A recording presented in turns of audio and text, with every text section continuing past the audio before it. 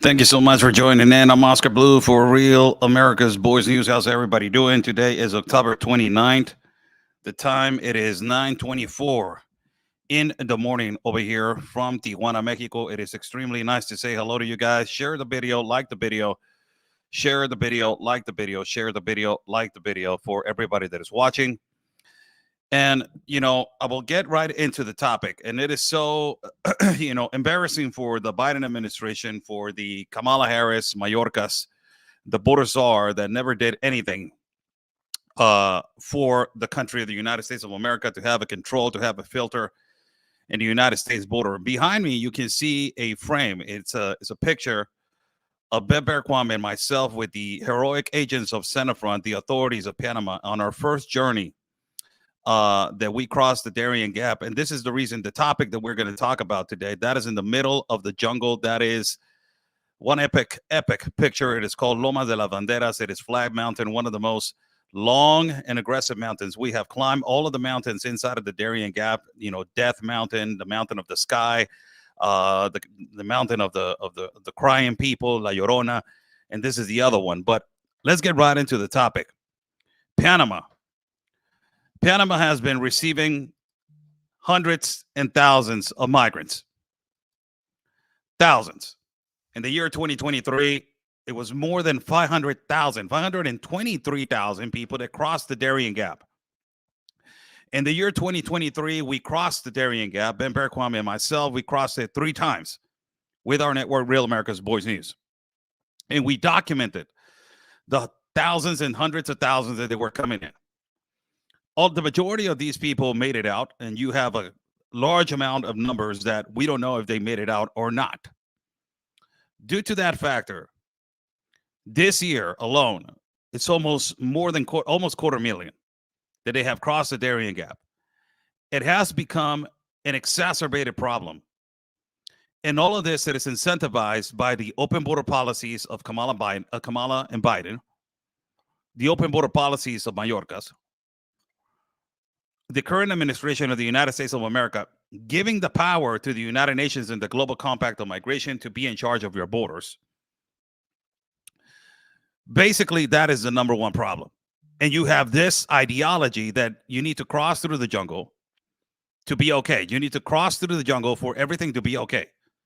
If you cross through the jungle, that's the whole mechanism. And Panama got sick and tired of it. The new president, man, the guy has balls. And has been fighting the globalist agenda. He has been doing it in the most humanitarian way. As a matter of fact, the elections of Venezuela have been completely catastrophic. They stole the election. Maduro stole the election. Everybody knows that. So when they stole the election, a lot of people started running out. A lot of people started saying, we're getting out. We're getting out again. And as he's getting out, of these hundreds of thousands of people, Venezuela are leaving their country again, because Maduro won the election, supposedly, in his brain and his mind. As thousands of people are leaving out, at this particular time and juncture, the Panamanian president said, I'm going to put a wall of concertina wire inside of the jungle. But he saw the necessity of these people, and he said, man, I'm going to be human about it. If people want to still cross the jungle, I'm just going to close all the pathways for the traffickers and just leave one. And that is going to be a filter for us to let them cross. I think that it was a good decision, if I can say, for him to not be catching all the heat from all these globalist organizations that they have taken over borders. That is basically, all the borders that are controlled under the Global Compact on Migration. Panama has taken the decision to say, you know what, man, we cannot take it. We told you that if this was going to continue, we are going to start deporting people. And they are. You can find these articles in our webpage, Oscar Blue Ramirez News. You can find that in our webpage. Let me put it right here on the screen for you guys to see, you guys to understand what it is about. So it says right here on the top, it says Panama can start deporting migrants from Venezuela to a third world country, to a third world secure country, when they cross the jungle. It says, during the press conference during the week, the president of Panama, Jose Raul Molino, has expressed his hope that a third world secure country can take also the Venezuelan migrants, that they are crossing the Darien jungle, and the possibility in the context to, to the suspensions, because of the suspensions of the relationships that they have, Maduro has created between Venezuela and Panama. Because of that, now he has to deport to another country. He cannot take all this influx. Also, he said that, the regional security intern of the United States, Marlene Piñeiro, has signalized that in the next incoming days, Panama can start the deportation of Venezuelan migrants into other third world countries. She also quoted that according to the United States of America, Panama has deported more than 800 migrants, irregular migrants, through diverse nationalities, that they have entered and have crossed the dangerous jungle through Colombia. The numbers are just staggering. Look at this. In the bottom. Until now, there's statistics from until September. Until September, right now, more than 263,000 people. 263,000 migrants. Jeez. More than 263,000 migrants have been now recorded and registered that they have crossed the Darien jungle. Out of the 263,000 of the migrants, 67% of this are from Venezuela.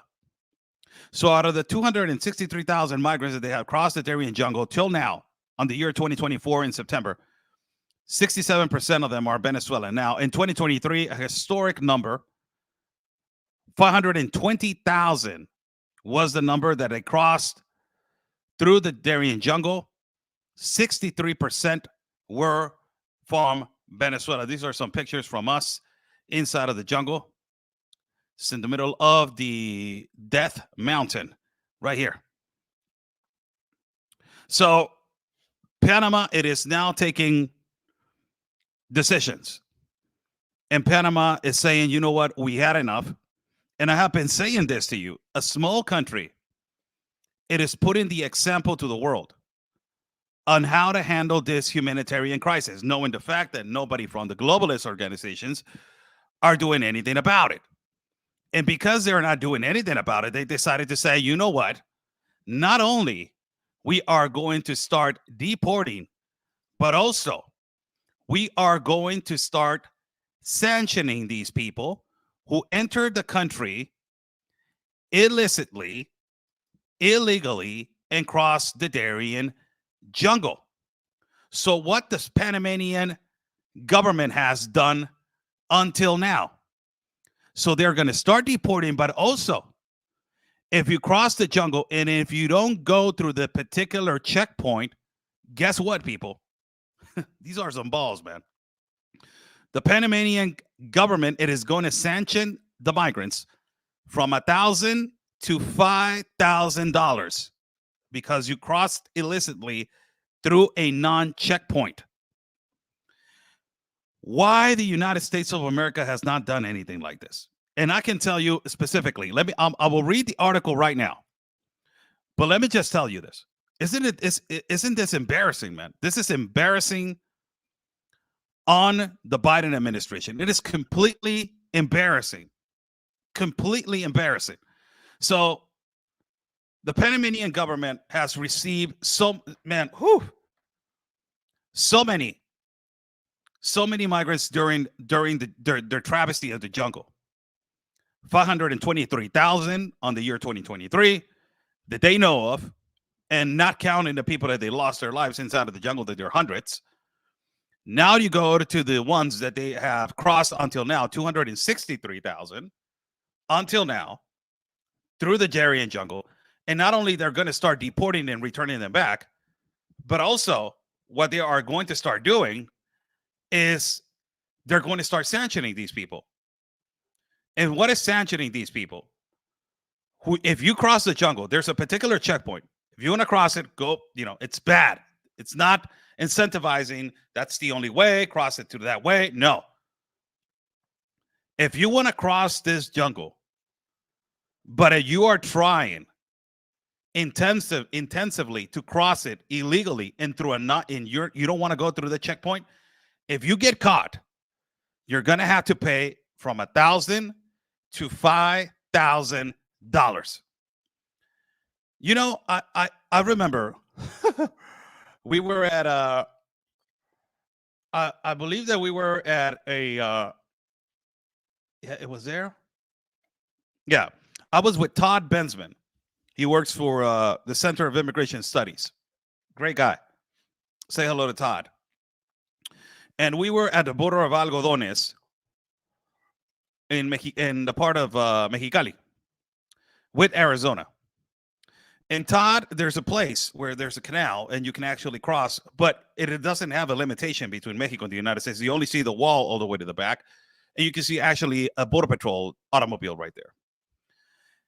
And I said to Todd, from that line right there and so on is the U.S. I'm not going to cross it. He said, "Don't worry, I'll cross it. I'm a U.S. citizen." I said, "Todd, yeah, but they're going to tell you, they're going to fine you, man. How in the hell I'm going to get fined if you have hundreds of thousands crossing illegally? I'm a U.S. citizen, and I'm just want to approach the border patrol to tell him how's he doing, and I'm going to get fined because I'm crossing just a guideline right here." And I said, "Yes, that's how incomprehensible, how stupid it is right now." He said, "I don't think so." So he walked and he crossed. Immediately, border patrol agent came down. You know, he got out of his automobile, this vehicle, and he went through him and he said, "Stop, don't come closer." He said, "I'm a U.S. citizen. I don't care." He said, "But there's hundreds crossing through that side. Like, what are you focusing? No, I don't care. You don't cross." He said, "There's a fine." He said, you're gonna get arrested." And he asked, like, "How much is the fine?" So apparently, if you're a U.S. citizen, that's what I heard. I don't know. Fact check me. You know, I don't want to give misinformation. But apparently, if you're a U.S. citizen, if you cross through a non-port of entry to your country, you will get fined like $5,000. I think so. How crazy is that? But you got hundreds of thousands of people that they're crossing illicitly and irregularly and illegally, and they don't get fined. They just get detained and processed right now. That's how crazy it is right now in the United States. How crazy it is. So right now, the Panamanian government not only is going to start deporting, they're going to start deporting into the third world secure countries, but now the Panamanian government, what they're going to do is that if you're crossing through the jungle, and if you're not going through the particular checkpoint and through the right pathways, they can stop you, arrest you, and process you to be deported. The fine quantity goes from $1,000 to $5,000. Let's go to the article. As I have said, the article, you guys can find it in Oscar Blue Ramirez News. So it says Panama will be sanctioning the migrants if they enter irregularly the country through the parts of Colombia. Says the government of Panama, through the Direct Executive Act 194, has implemented sanctions of $1,000 to $5,000 for migrants who enter the country and they don't pass the immigration controls through the Darien jungle. The immediate action in the decree of Executive 194 was published on the 25th of October, and this is a response to the enormous increase of people arriving without going to the immediate immigration officials' controls. So it is basically putting a sanction, and you're going to have to pay a fine if you cross through a non-port of inspection, and the fine can go through $1,000 through $5,000 if you enter the country without going through the right inspections. Isn't that absolutely astonishing? But you have you have right now the country of the United States of America that is allowing hundreds of thousands. And, I don't get it. I really do not understand. I really do not understand. I really do not understand. Panama is doing it. I don't know why the United States of America does not apply to legal entry. There's a process. I have said multiple times, and every broadcast almost I say this, man. I'm a pro-migrant myself. I believe migration is a human right, but you have laws and processes that you need to obey. And these are the laws. You need to go to the particular port of entry, ask, go to the website, process your documentation correctly so you can get access to whatever country you want to go. This is the thing. The thing is that now small countries are putting an example to first-class world countries of how to do it. The reality of these things are what the United States and the Democrats, let me rephrase myself, what the Democrats and the progressive mercenary Marxist communist socialists and the globalists that they are infiltrating in your Congress and your Senate, what they're actually doing right now, it is their idea. It is that the average American citizen, it is not reproducing as much as they need to. So to their justification is that we're bringing a massive arrival of migrants. We need immigrants, they say.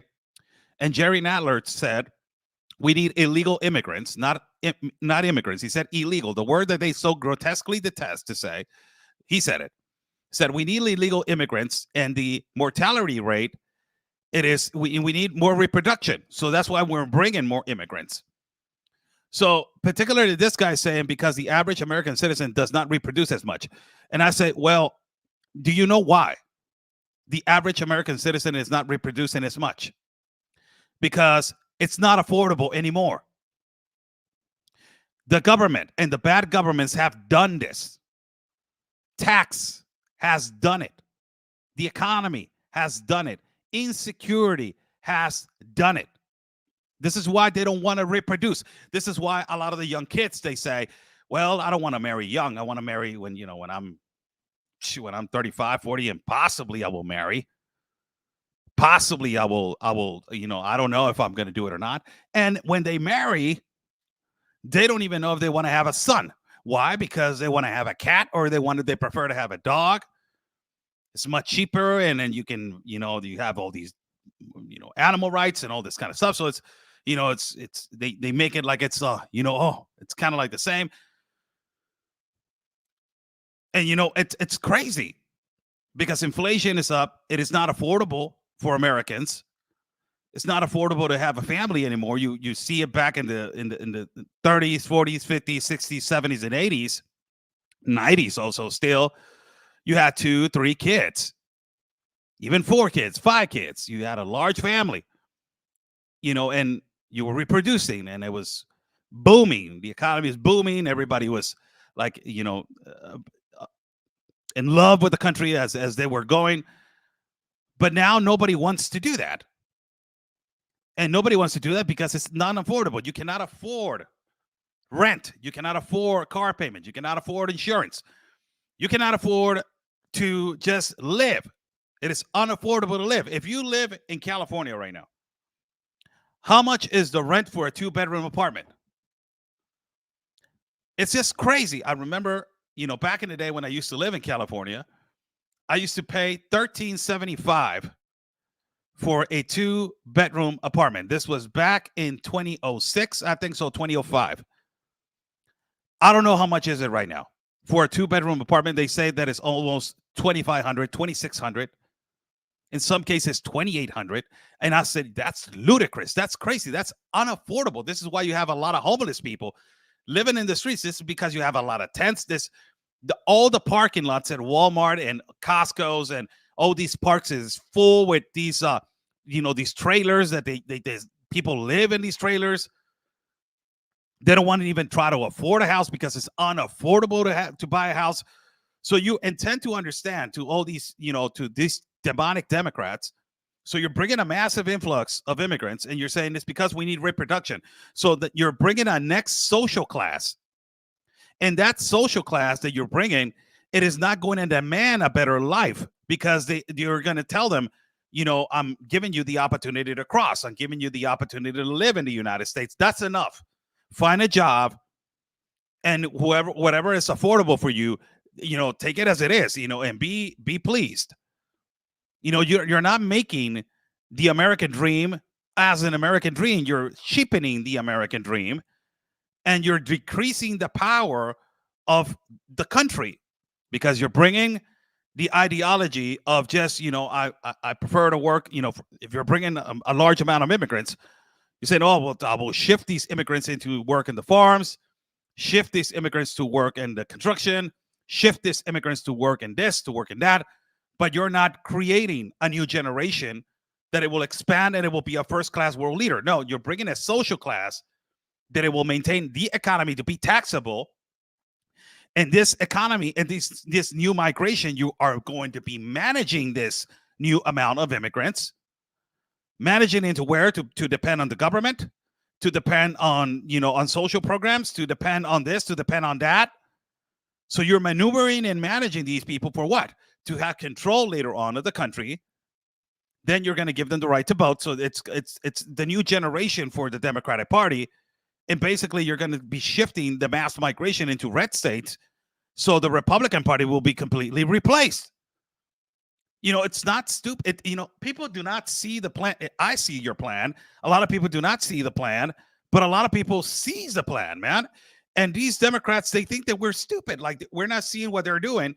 And they're using the Latino people and the Hispanic people for their own political gain and votes. And meanwhile, people are dying. People are being kidnapped. People are being extortion. People are suffering the consequences because of this disastrous immigration policies and global compact on migration. And the only country that has done something about it is this, a small country, Panama. A really small country, Panama, has done exactly what basically the United States would have done from the start. What is from the start? Okay, I'm going to create a new humanitarian pathway for people who are refugee and asylum. Okay, I will create that. Meanwhile, I'm creating that. I need to educate the people that this through the port of entry. This is the process that you have to do. And this is the way you have to do it. If you're a legitimate case of asylum, there's a website where you can put even though there's an app if you want to. And we will check the app and we will check your case if it is a legitimate case of asylum. And if you have credible fear, you cannot say that you have credible fear because you were followed by a gang member and, and you were not doing good in an economy. And that's not credible fear. You can go to another country and work. And that's about it. But you're applying the credible fear to the United States because everybody wants to come to the United States. And it's okay. Everybody wants the American dream, wants the opportunity of the lifetime to be in the United States. But sadly, it has to be applicable to the law, man. We cannot be going around the law to all these loopholes that these NGOs have created. And they have completely violated immigration law by creating this humanitarian pathways and the global compact on migration that has their proxies, that there are all these NGOs. It's the reality. That's what they have done. They have completely decreased the power of law. Look what they're doing. Defund the police, defund this, defund that. Why don't they defund their own pockets? You never seen them defunding their own pockets. Look at the homeless situation in LA. Where are all this money that is going to fix the homeless situation? And they're saying, oh, yeah, we're fixing the homeless situation. We're creating, new medical attention centers and we're giving them syringes and no, you crazy animal. What you need to do is fix the problem. Put these people, create housing or I don't know, create jobs, take them to rehab centers, create an ideology that they have a second opportunity in life to renew themselves and be, practically to be a person that is used, that you can be working, that you can do something about yourself, not to keep these people in the streets. But this is the Democrats. This is what they want.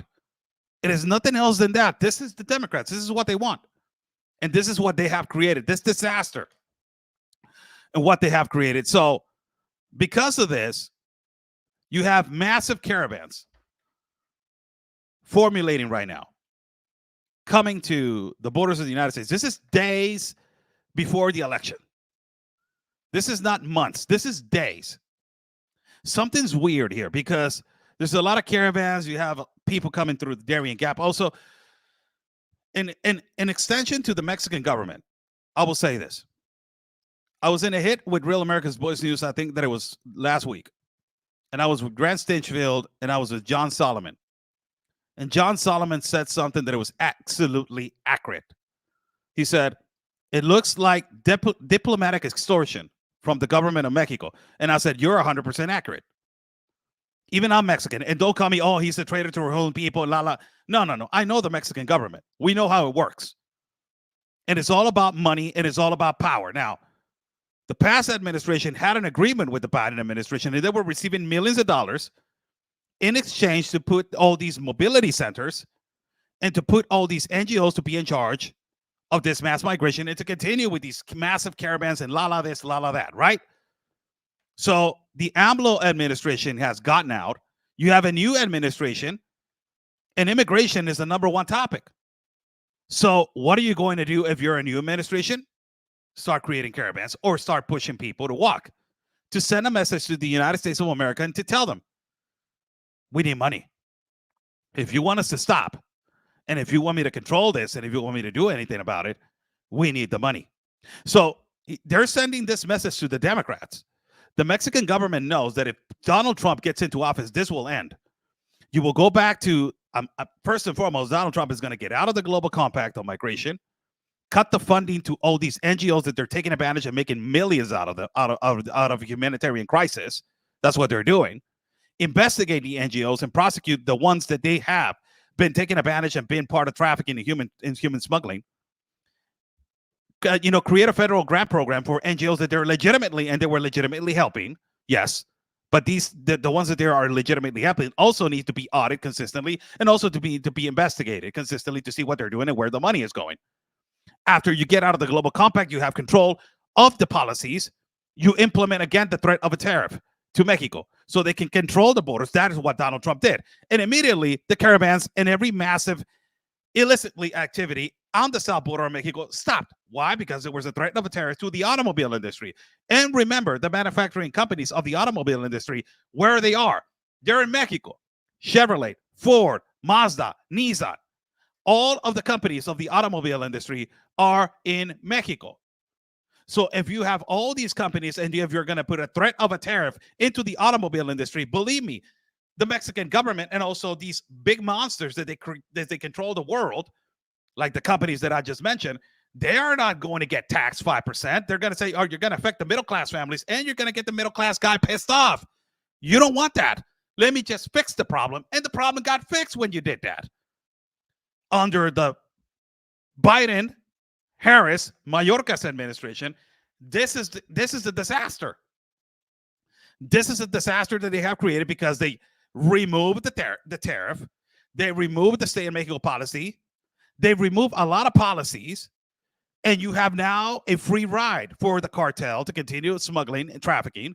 You have a free ride for the operandi to continue from the cartel and the organized crime. That they're making millions out of this humanitarian crisis. And do you think that the cartel doesn't know how this operates? My God, they know, man. If you think that the cartel only has a sombrero and a revolver, that's really ludicrous. They are not like that. They're extremely intelligent. They're high technology equipped. They have lawyers. They have engineers. They have all types of people. They're not your typical average citizen. They can pay thousands and thousands of dollars to do a job, and they do it perfectly, and they execute. And if they do not execute, man, you know what happens. This is the reality, the reality of what the situation is. There's another massive caravan formulating right now, and it is going to be after the elections. And I can tell you this. It is going to be a clear message to the next administration that is going to be in office. If, God forbid, it is the Democrats, it is a message to them to tell them, release funds or we will not stop this. because Mexico is part of the Global Compact on Migration, and Article 11 of the Constitution of Mexico got renewed and reestablished that Article 11 of the Constitution is the Constitution of transit. And 2 presidents ago, when Barack Obama was president, he talked to the Mexican president and told him, you need to renew that article so it will have free transit according to international treaties. What is the international treaty? Global Compact on Migration. And because it's already in the Constitution, they are not going to be able to stop it. Everybody has free transit through the country. It's already in the Constitution. This is what the United Nations is going to do, the United States of America. They're going to infiltrate and also change your Constitution, as they did to Mexico. They push Mexico into a point, and they push them into a wall that it will actually demoralize the law, and actually they will make you and force you change the Constitution in some articles. And they have done that to Mexico. Now, if you already have caravans formulating right now, and it is not even 5th of November, and you're going to have another one that is after the 5th of November, what is the message? The message is that it is really simple. Really simple. The message is, you want me to stop this, you want me to control this, you have to going to release some funds. And John Solomon said correctly, this is diplomatic extortion. And yes, it is. It looks like that. You know, there hasn't been a statement by the Mexican government according to this. You know, they play around with words and they say this and that.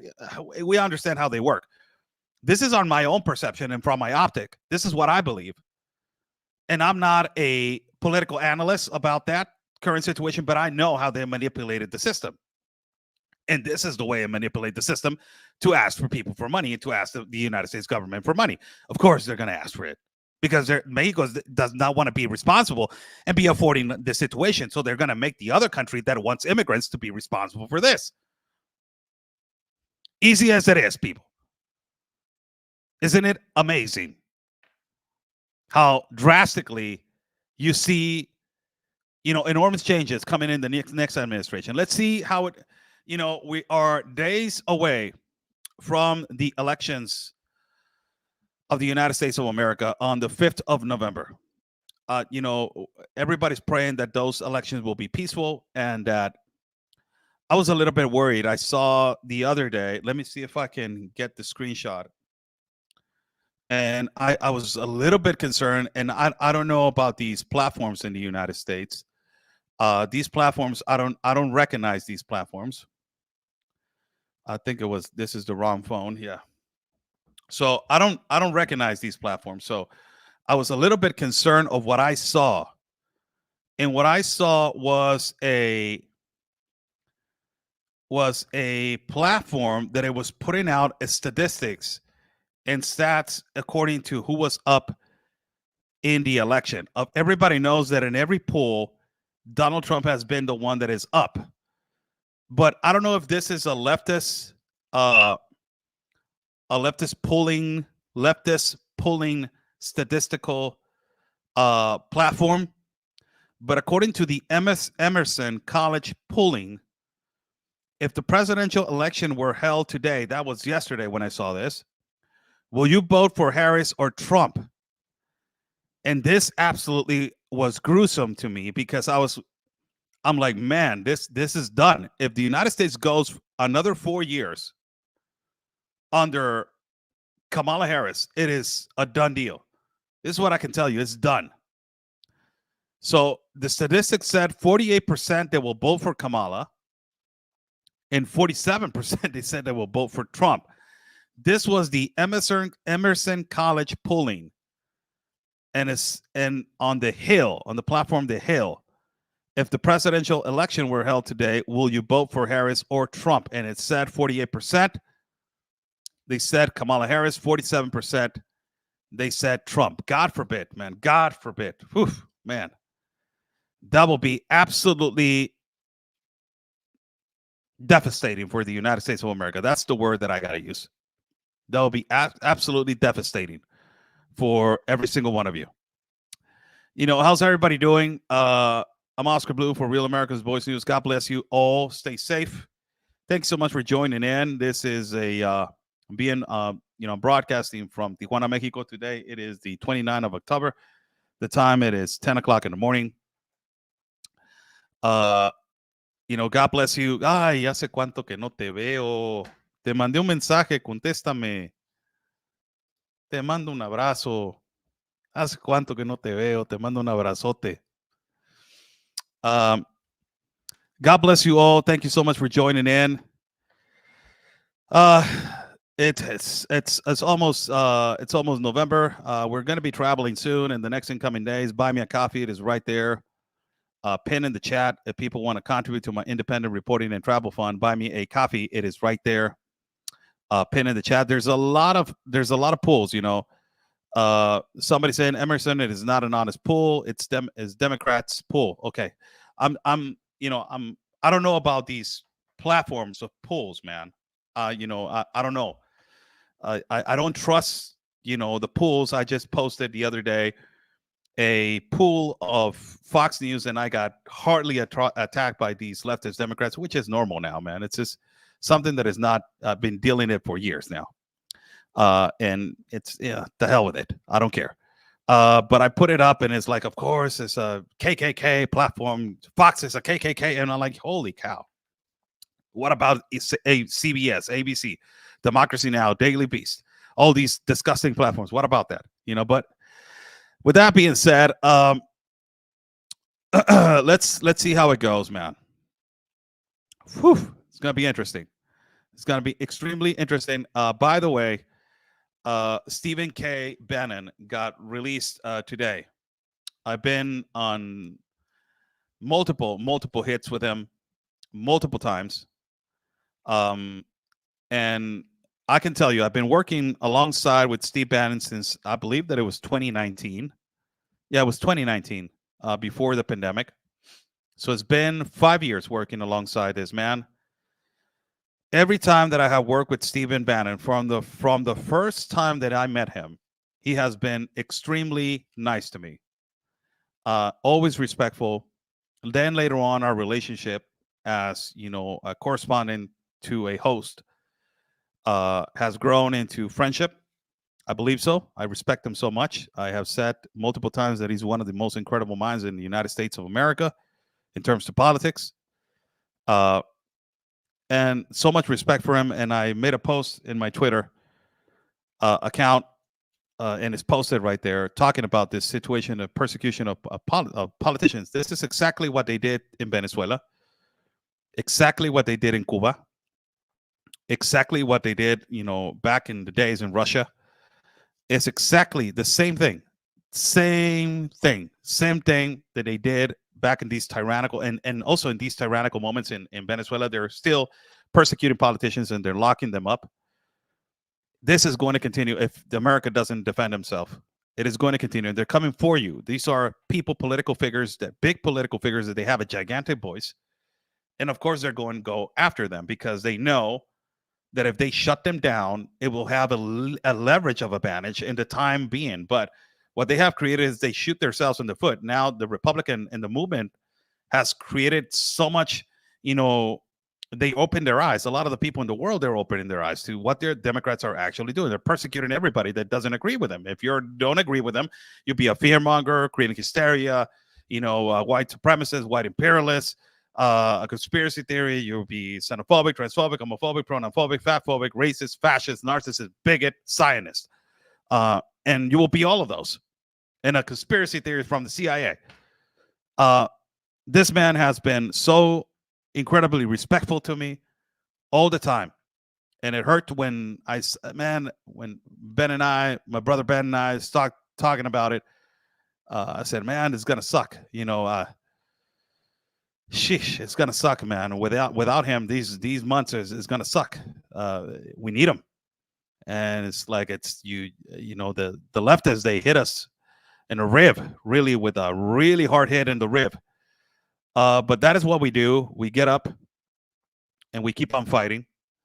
It is not about how hard you get hit. It's how you keep moving forward and keep getting hit and keep moving forward. That's what it is about. That's a quote of Rocky That's one of my idols, Rocky. Uh, you know, um, it's undeniably, I'm pleased to say that he's free, that he's with his family. I hope that I can be with him in the next incoming days, live with him, and broadcast with him, and tell him, good to have you back, sir, and tell him Steve Bannon has always been right, and from the start he has always been right. The guy has been extremely nice to me, respectful and appreciative all the time. He says, "Thank you, Oscar." And I don't have nothing bad to say about the man, and even it will be not manly enough to say something bad about another man. That's why you talk to when you want to say something, you talk to him to his face. But due to that fact, he's always been respectful to me, and I know that now it is going to completely change. He's going to be a game changer in the next incoming days. And what we have for you, sir, in the next, if you're listening, sir, and I know that you're not, because I think that you're live right now. You're working. You just got out and you're working. You're such a workaholic, man. If you're listening, sir, I got something for you in the next incoming days that it's going to help. So I'm gonna put my little piece of the sand for this to continue, for us to defend ourselves, and for us to continue to fight, for freedom. That's the number one thing. Let me read a couple of comments before I go. Oscar, Steve Bannon can connect you with President Trump for you to be an expert foreign advisor. Seriously, thank you so much. God bless you. Thank you. Democrats fetch COVID, locked you up for 2 years. I cannot talk about that because I'm going to get censored.